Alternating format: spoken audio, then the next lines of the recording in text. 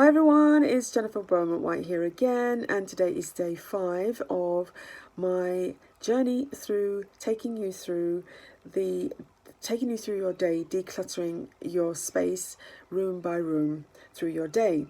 So today we're going to be heading over to the kitchen. So we've left we've gotten dressed and we're now ready to go down or go across to have our breakfast and to nourish ourselves for the day.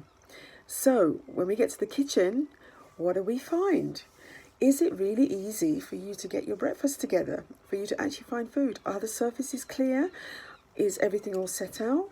Or is it a clutter of gadgets, implements, cups, saucers, china, all sorts of things that are taking up your actual surface that should not even be there?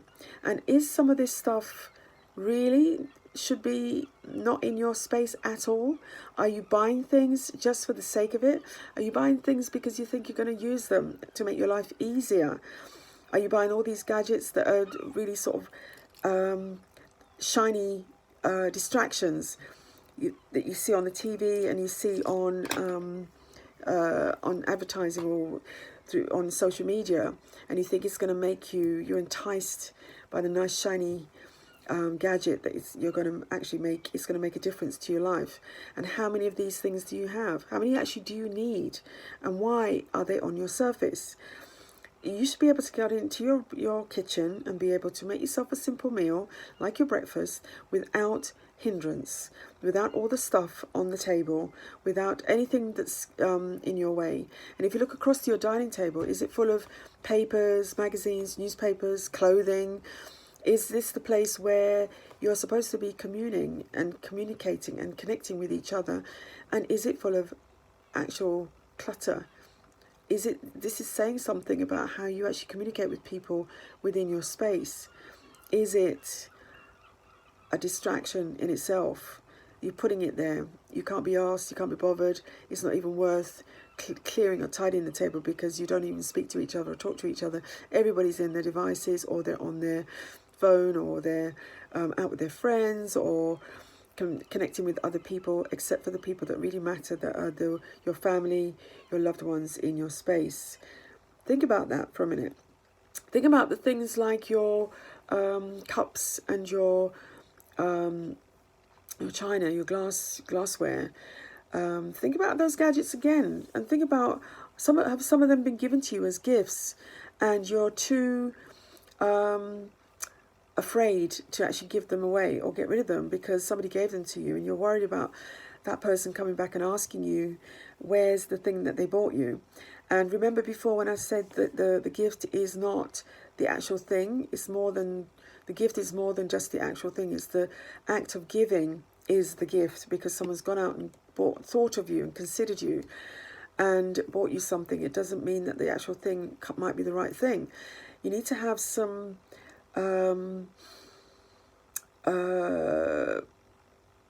confidence about you to be able to say to that person, if they do ask you about the thing, you can say something like, I'm going to read this because I thought about how you can approach this. Okay, you can say something like, I really appreciated the time and effort that you took to find me your gift and to consider me when you bought it. I no longer have it because I found I wasn't making good use of it. So I blessed it and I moved it on to a good home where I know it will be even more appreciated. So it's not being wasted here. Thank you for thinking of me.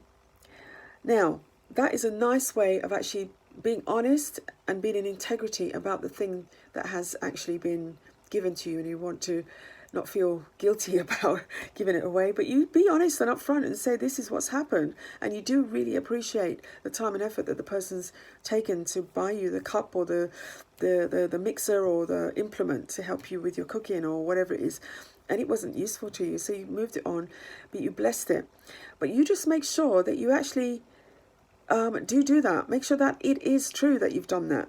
Otherwise, you'll not be in integrity and defeat the object of the objective of helping you not to feel bad. Yeah, so make sure you actually pass it on to someone that it's going to be of benefit to. Okay, so in terms of the feng shui around the kitchen, there's been a lot of myths about not having your sink next to the cooker because water puts out fire, and all sorts of things like that. So I'm actually going to talk to you about that sort of thing in the video where we actually come back into the kitchen after we've been out to work. So I'll go into more detail about the feng shui energy aspects of your kitchen. Okay, what else can I say about the kitchen? You really, just really think about how you're actually operating, because the kitchen is actually meant to be the heart of the home. This is where you nurture people. This is where you nurture yourself. This is where food is.